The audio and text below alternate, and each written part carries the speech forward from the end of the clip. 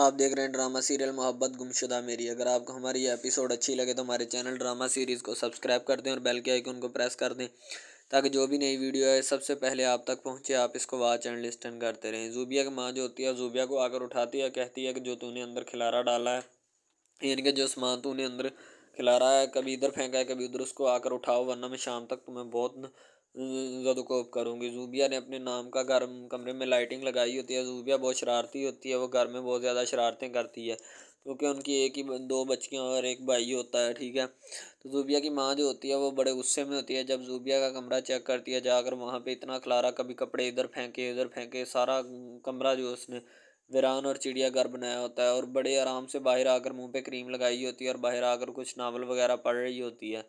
लेकिन उसको क्या पता कि उसकी अम्मी आकर अब उसकी धुलाई करने वाली होती है, ठीक है। जूबिया जो होती है वो अपने ही अंदाज में बैठी होती है। सारे फैमिली मेम्बर्स बैठे खाना खा रहे होते हैं। जूबिया भी खाना खाने में मसरूफ़ होती है। तो जूबिया का वालिद कहता है, जूबिया खामोश होती है। जूबिया का वालिद कहता है कि आज हमारा चाँद क्यों खामोश है। तो जूबिया कहती मैं आपसे नाराज़ हूँ। सारे लोग, वो कहता है आप क्यों नाराज़ है। कहते हैं सारे लोग मुझे ज़दोकोब करते रहते हैं, मुझे डांटते रहते हैं।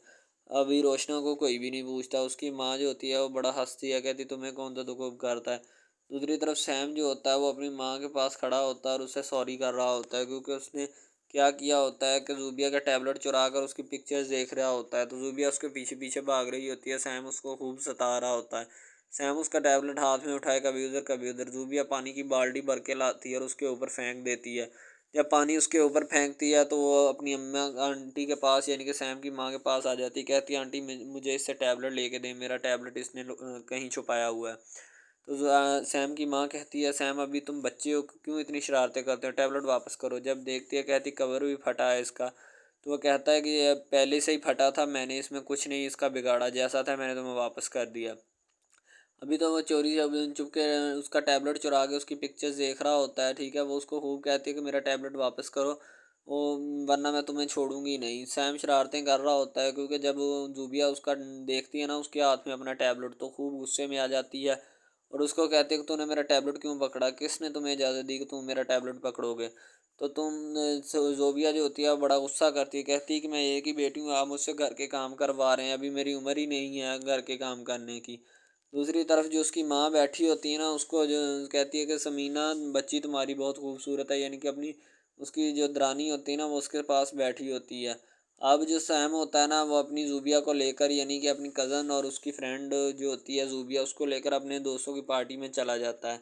पहले तो वो अपनी अम्मा से निपट रही होती है क्योंकि उसकी अम्मा कहती है कि मैं 10 मिनट बाद आऊँगी, अगर कमरा फिर वैसे का वैसा हुआ तो जूबिया मैं तुम्हें नहीं छोड़ूंगी। अगर 10 मिनट बाद वो कहती है कि मैं नहीं सफाई करूँगी, मैं तो बैठ गई। जूबिया फिर जाकर सो जाती है कमरे में और क्रीम मुंह पे उसने लगाई होती है। पता नहीं अपने मुंह से अब और कितनी सफ़ेदी निकालेगी। अभी तो उसकी समीन जो होती है ना चची, वो ताई होती है, वो कहती है कि अगर मेरे को बेटे होते तो मैं दोनों जूबिया को भी अपने घर की बहू बना लेती, अपनी बेटी बना लेती। ज़ाहिर सी बात है बेटी ही बनानी थी। अब सैम जो होता है वो जूबिया को लेकर अपने दोस्त रिदा, यानी कि उसकी जो रिदा फ्रेंड होती है ना जो उसके साथ पढ़ती है यूनिवर्सिटी में, उसकी बर्थडे पार्टी पे लेके चला जाता है जूबिया को। जूबिया को पहले तो वो मुतमिन नहीं होती, जब वो सारे लोग देखते हैं कि यार सैम की गर्लफ्रेंड, तो एकदम से हैरान हो जाते हैं, इसने हमें तो कभी बताया ही नहीं। हालांकि उसकी गर्लफ्रेंड नहीं होती, कज़न होती है। सैम उसको उनकी तरफ देखकर अट्रैक्टिव हो रहा होता है कि जाहिर सी बात है ये अट्रैक्टिव तो होंगे ही। सैम जो होता है वो अपनी गर्लफ्रेंड को लेकर वहाँ पे जा रहा होता है, ठीक है। गर्लफ्रेंड तो नहीं होती, उसकी कज़न होती है, उसको लेकर जा रहा होता है। पहले तो वो उसको कन्विंस करता है। वो कहता है कि रात को तुम्हारी वजह से मुझे बहुत ज़्यादा डांट पड़ी है, तुम क्यों इतनी शरारतें करती हो जूबिया। जूबिया आगे से कहती है वो अच्छा तो मुझे बहुत ज़्यादा पड़ी है, मुझे कौन सा नहीं पड़ी। तो दोनों आपस में बातचीत कर रहे होते हैं। तो इतने में सैम उसको कहता है कि मेरे कज़न रिदा की, मेरी गर्लफ्रेंड रिदा की बर्थडे है तो मैं वहाँ पे जा रहा हूँ केक काटने। तो इतने में वो भी तैयार हो जाती है, ज़ूबिया भी उसके साथ। फिर तो सारे लोग वहाँ पे चले जाते हैं। आग लगाई होती है और बैठे होते हैं उसके चारों तरफ बैठकर आग को सेक रहे होते हैं। और साथ साथ जो होता है ना पहले तो अपना सेक भी रहे होते हैं और बातें भी कर रहे होते हैं। सैम जो बड़ा मुश्किल से उसको कन्विंस करता है वो जाने के लिए। ज़ूबिया पहले तो बैठी रहती है, पता नहीं कौन से काम जो है उसके अभी अधूरे पड़े होते हैं उनको निमेट रही होती है। और बाद में उसने उनके साथ जाना होता है। शाम का वक़्त होता है खाने का, सारे लोग खाना खा रहे होते हैं और रोशना भी बैठी होती है, उसके ताया अब्बू भी। तो उसका ताया और ताई जान कहती है कि जिस तरह आपकी बेटी ज़ूबिया आपको अज़ीज़ है ना, इसी तरह हमें तो रोशना, बेटी तो आपकी है लेकिन हमारी दिल को है, ठीक है। हमें रोशना बहुत अच्छी लगती है और हमारी जान रोशना में है, ठीक है, जैसी आपकी जान ज़ूबिया में। रात का वक़्त होता है, ज़ूबिया का अब्बू बहुत ज़्यादा फ़िक्रमंद होता है कि ज़ूबिया अभी तक क्यों नहीं आई, उसका ताया अब्बू भी।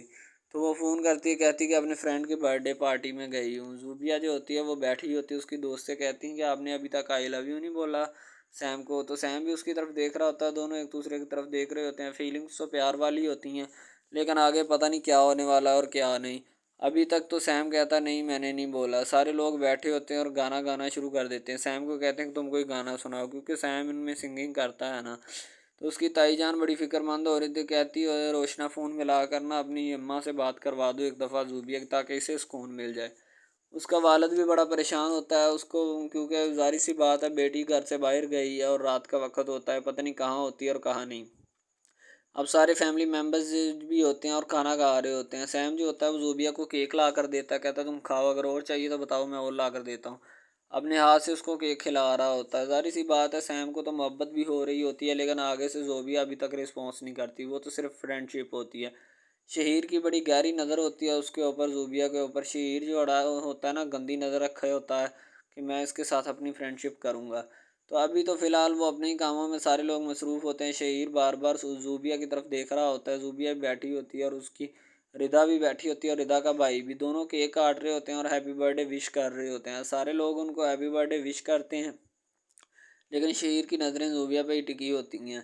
तो जो दूसरी तरफ सैम होता है ना, वो भी उसको गले मिलता है और केक खिलाता है और विश करता है हैप्पी बर्थडे। ज़ाहिर सी बात है एक एक बंदा जो होता है करता है। अब वो दूसरी तरफ आ जाता है और आकर ज़ूबिया को केक वगैरह देता है।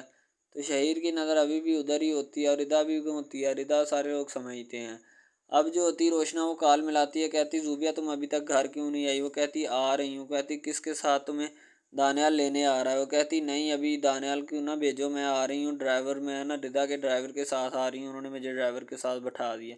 वो कहती बात करवाओ। ज़ूबिया इतने में कॉल काट देती है। बात किससे करवाए, वो तो सैम के साथ है, लेकिन घर में झूठ बोला होता है उसने। अगर बता दिया कि मैं सैम के साथ हूँ, घर से धुलाई हो गई। तो शहीर जो होता है वो कहता है कि मेरी दोस्ती करवा दो ज़ूबिया के साथ। वो कहता है नहीं कि मेरी फ्रेंड है, मैं तुम्हारी दोस्ती नहीं करवा सकता। वो कहता है कि मैं जानता हूँ कैसी फ्रेंड है। तो आगे से सैम जो होता है वो उसको पकड़ लेता है और खूब ज़दोकोब करता है, उसको मार और उसकी पिटाई करता है कि तूने उसके ख़िलाफ़ इतने लफ्ज़ क्यों निकाले, तुम्हें शर्म आनी चाहिए कमीने इंसान। तो खूब उसकी धुलाई करता है। धुलाई करने के बाद वो ना थोड़ा अपसेट सा हो जाता है। सैम वापस आ जाता है तो इतने में शहीर के छोटे छोटे लग जाती हैं वहाँ पे, और एक नया जालपुरा खड़ा हो जाता है। उनको छुड़ाया जाता है ताकि उनकी एक दूसरे की जान छोड़ दें, ठीक है, लड़ें मत, लड़ाई में कुछ नहीं रखा, सारी बर्थडे पार्टी का सत्यानाश कर दिया होता है। ज़ाहिर सी बात है इसमें शहीर का कसूर होता है। शहीर कहता है कि इसमें मेरा क्या गुनाह, मुझे बताओ। ठीक है, मैं जानता हूँ ऐसी लड़कियों को ये घर से झूठ बोल कर आई होती हैं, 2 टके की लड़कियाँ होती हैं, लेकिन सैम को ये बात इतनी बुरी लगती है क्योंकि उसकी वो कज़न होती है। तो सैम ने नहीं बताया होता कि मेरी कज़न है, सैम बस यही बताता है कि मेरी फ्रेंड है, हालांकि वो समझ रहे होते हैं कि सैम की गर्लफ्रेंड है, लेकिन सैम की भी गलती है, इसे बताना चाहिए था।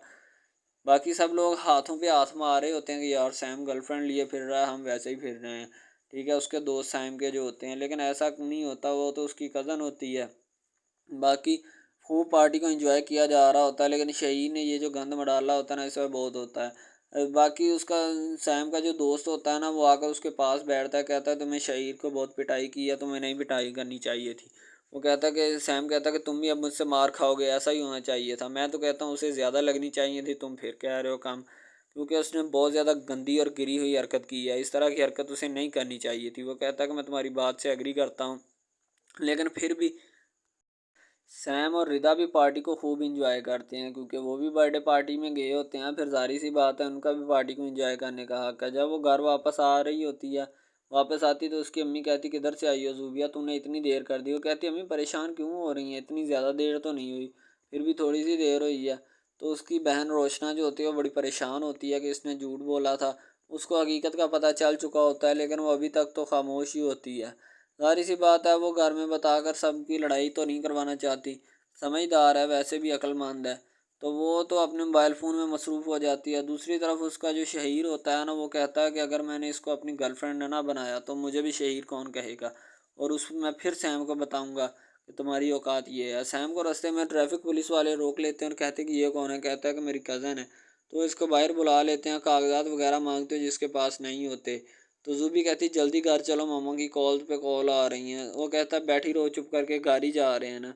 शहीर बड़े गुस्से में होता है, उसको दोस्त उसको दिलासा देता है, कहता है कि तू अपनी लिमिट्स क्रॉस कर रहा है, चुप कर जा। उसका दोस्त शहीर को कहता है, शहीर कहता है मैं लिमिट्स क्रॉस नहीं कर रहा, लिमिट्स वो क्रॉस कर रहा है, ठीक है। अब दानियाल जो होता है ना, वो बैठा होता है अपनी बहन रोशना के पास। रोशना ज़ूबी से पूछती है कि तुम ऐसा क्यों करके गई। दूसरी तरफ